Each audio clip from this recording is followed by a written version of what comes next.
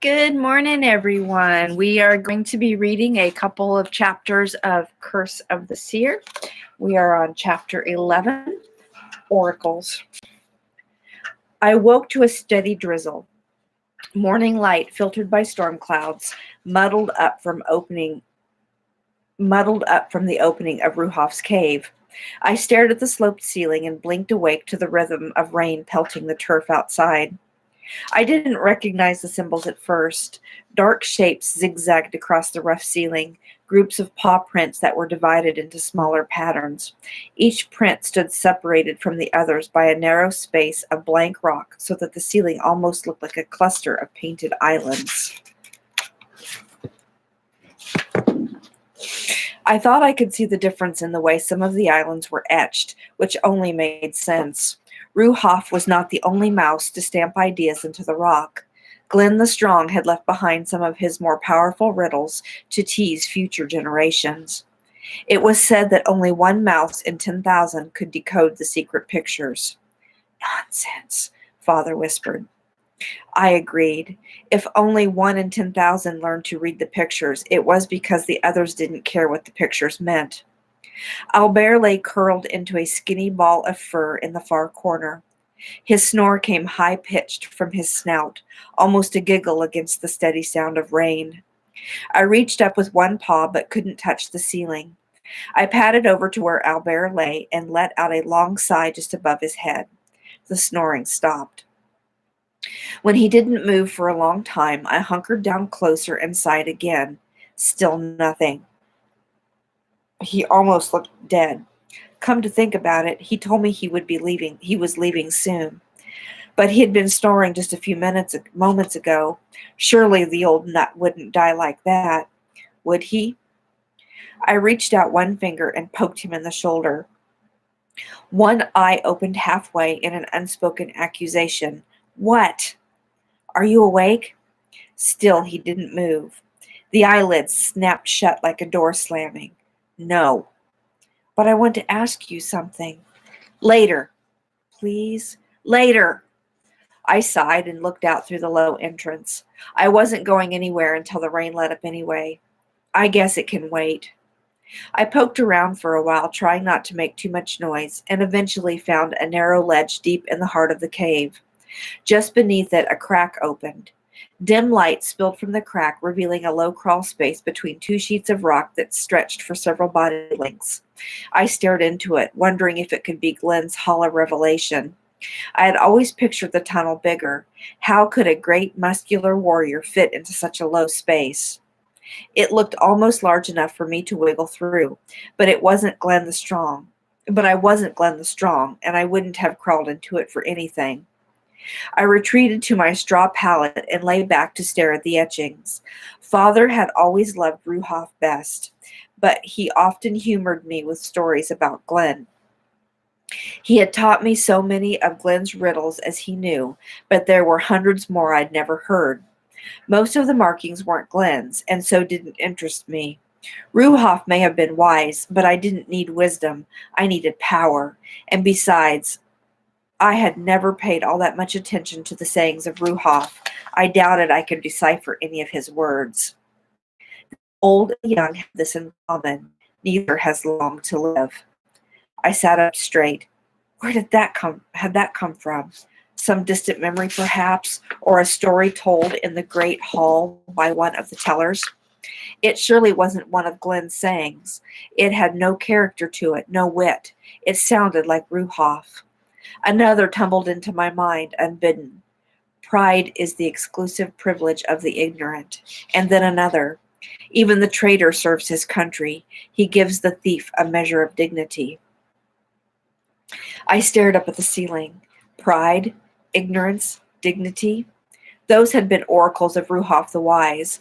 Father had always liked the stories of Ruhoff. I had pretended not to find them dull. But why was I remembering them now? Was it because I was here? Did the cave have some mystical effect on those who entered it? Or was it just a trick of my mind? I glanced over at Albert and watched as his back rose and fell. He was snoring again, happily, it seemed to me. Perhaps the oracles had something to do with him. Maybe the old coot was starting to rub off on me. Or was I just going weasel crazy like him? Difficult? No, it is not difficult to get what you want from Elshua. You only have to change what you want. That almost sounded like Albert. I leaned back and concentrated on an individual island of paw prints, the smallest island visible, two lonely lines that curved around a thin crack in the ceiling. The first mark, 6 lines shooting out from an empty space at the center, might have been sunbeams, but without a sun. Were they Ruhoff's way of drawing light, air, wind? They looked like whiskers more than anything else, but whiskers with no face. A thought struck me, intense in its clarity. Why must whiskers have a face? If you mean to draw whiskers, you draw whiskers. I cycled through the etchings, some of which repeated themselves, then noticed that those on the bottom line faced the opposite direction of those on the top. Did it matter what direction they faced? Were the etchings meant to be understood by all, or were they a kind of code designed to be understood only by a few, by the initiated? That didn't fit what I knew about Ruhoff. In the stories Father told, Ruhoff always harped on about truth. Why take the time to record your mighty wisdom if you didn't want people to understand it? Why disguise a message intended for everyone? The answer hit me, and just like that, the words etched in the ceilings took shape in my mind. I did not say that I figured it out. I didn't. In truth, I stumbled on the solution. The plain meaning of the etching stood before me naked as a newborn kit. Ruhoff hadn't disguised anything. He had made it plain. I see it, I shouted. I see it, I see it. My voice came back, rolling off the rock walls like distant thunder and mixing with the rain. Albert's snoring stopped. I felt his one eye open. I felt his one open eye glare at me for silence. How many times had I heard Father quote the same phrase, and here it was, written out in 2 short lines right over my head. What do you see? Albert asked. I shot him a triumphant smile and pointed. I know what this means. He squinted. Are you sure? That one isn't Glenn's. No, it's Ruhoff. Father used to quote it to me. Albert rose, stretched, and sidled up next to me. What do you think it says? Something about his expression drained away my confidence, which irritated me. I don't just think I know what it says. I do know what it says. Really? Yes. You're positive? Yes. And how do you know something like that? I tried to explain what had happened as I lay there. I told him about the oracles I remembered, about Father telling me stories of Ruhoff the Wise, and how the thought of Ruhoff writing in code had triggered something in my memory. I told him Ruhoff hadn't written in code. He meant for his message to be read. Otherwise, why write anything at all? Albert stared at me without comment. That was unnerving. I wanted to tell Albert that I knew something else. I knew why he didn't have any friends. Instead, I finished with a shrug. I can't explain it. Oh, on the contrary, you just did. His eyes twinkled. Was he laughing at me? But you haven't told me what you know. You've told me something more important. You have told me what you believe. So tell me, Eli, what do you believe it says? I looked at the tiny paw prints chasing each other in a circle overhead. Roth sells disguises. His gaze flicked to the ceiling. Then he spoke. When he spoke, his voice came as a whisper. Indeed he does, and mice buy them with their freedom, which is why there must be seers. Chapter 12, Quest. The rain ended like a pleasant dream. I couldn't tell exactly when it happened, but there was a moment as I squatted in the mouth of the cave when I knew the rain was past. The sun stabbed through the afternoon clouds and slashed the earth with long streaks. Green smells rose from the turf.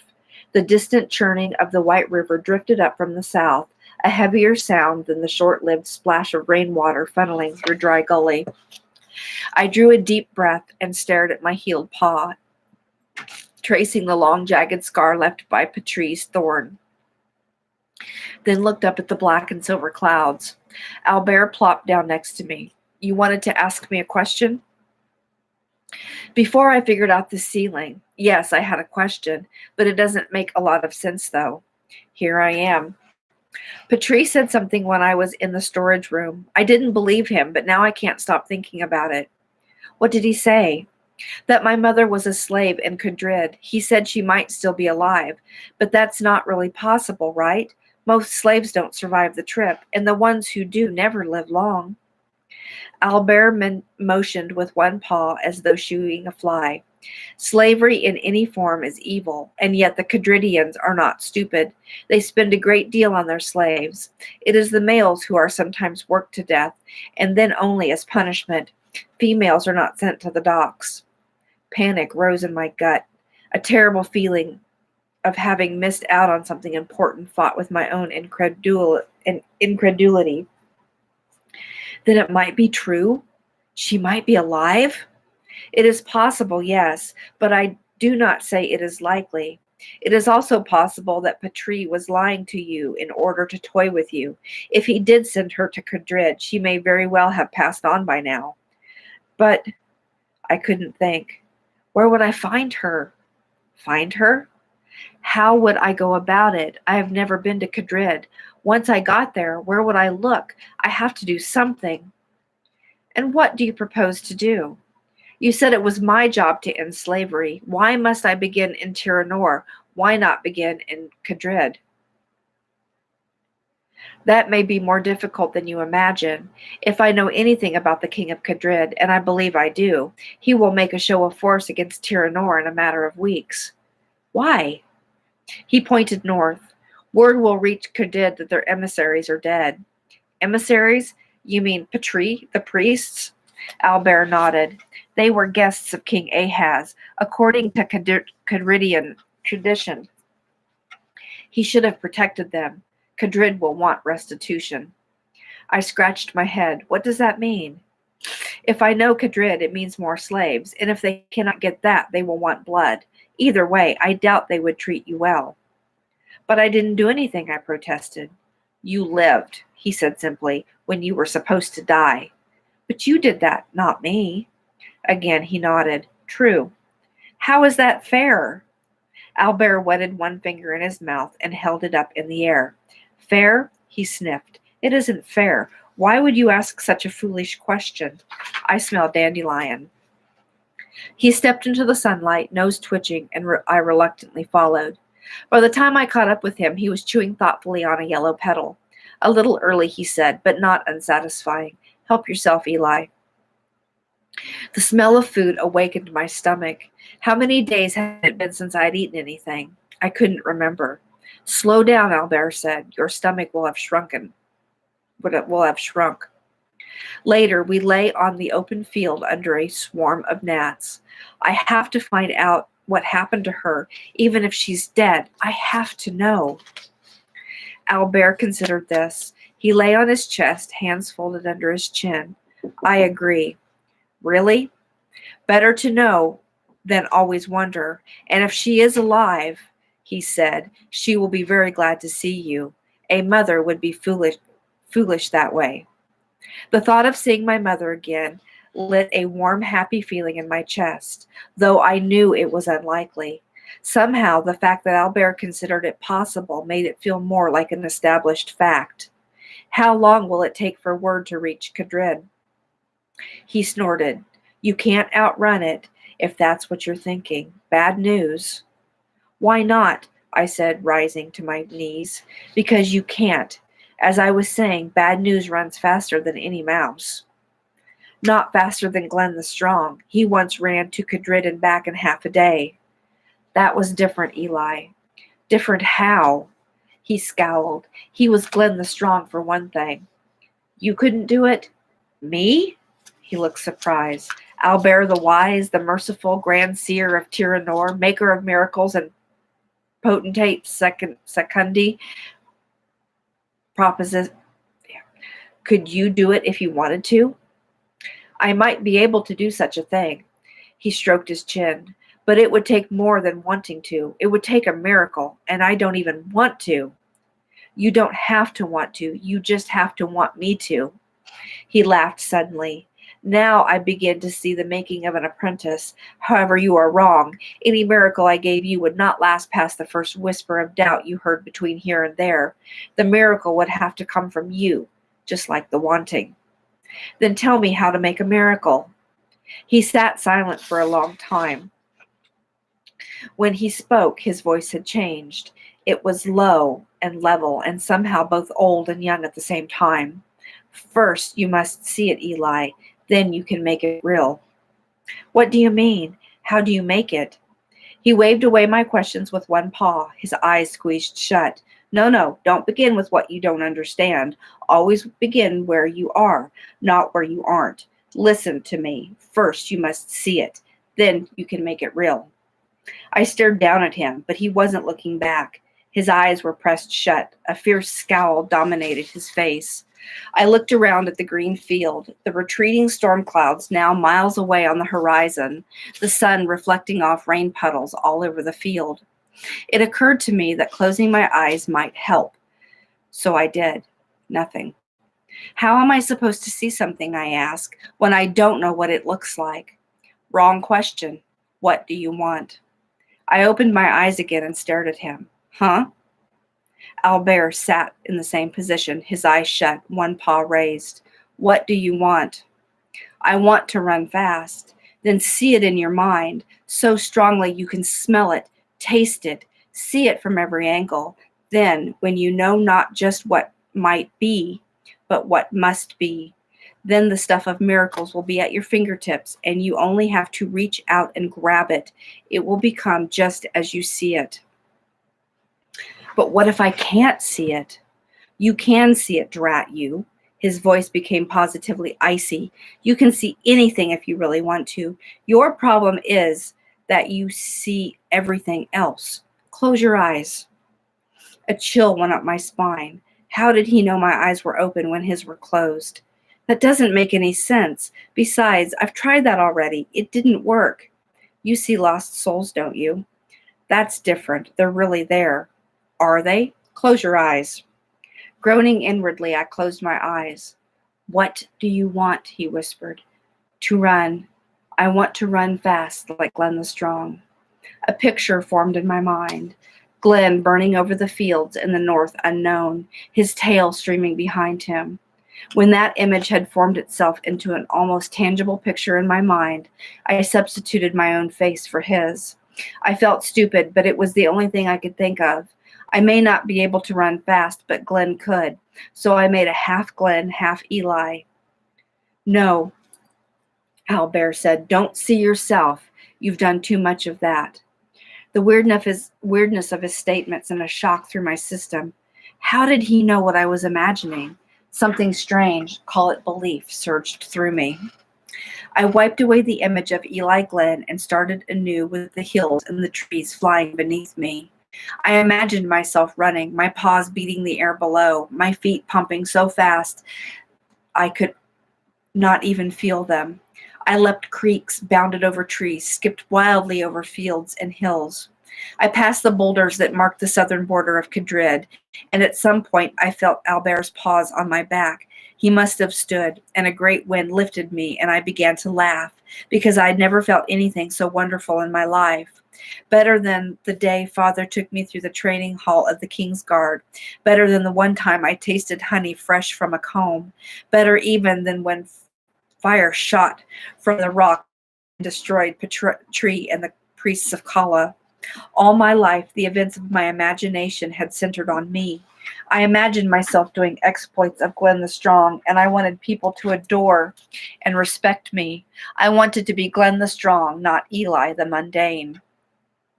But this time was different. I didn't imagine myself. Though I ran in my mind, I saw only the woods and the hills and streams, the rivers, the rocks, and the waving prairie. I saw creation stretch out like sleeping cat below me, and I loved it. I thought about my mother, and I loved her, and it didn't matter that what I was seeing wasn't possible or even real. It felt so wonderful to finally be free of myself. I barely noticed the gray fluttering stones gathered on the hillside below. It wasn't until my paws almost touched the ground that I realized they weren't stones, but mice. The force of that realization snapped open my eyes. Albert was gone. I stood on the side of a windswept hill under slate-covered sky. Mice surrounded me. "How did you get here?" one of them asked. "What is it?" a voice said, obviously irritated and alarmingly familiar. "What's going on?" The first mouse stepped out of the way, and my heart sank. I recognized his black fur and single rotting tooth from the auction. Worse, his eyes were unmistakable. He coughed as a dark scowl twisted his face. "2 pence." His cough turned into a chuckle. "I am surprised Patrie let you live."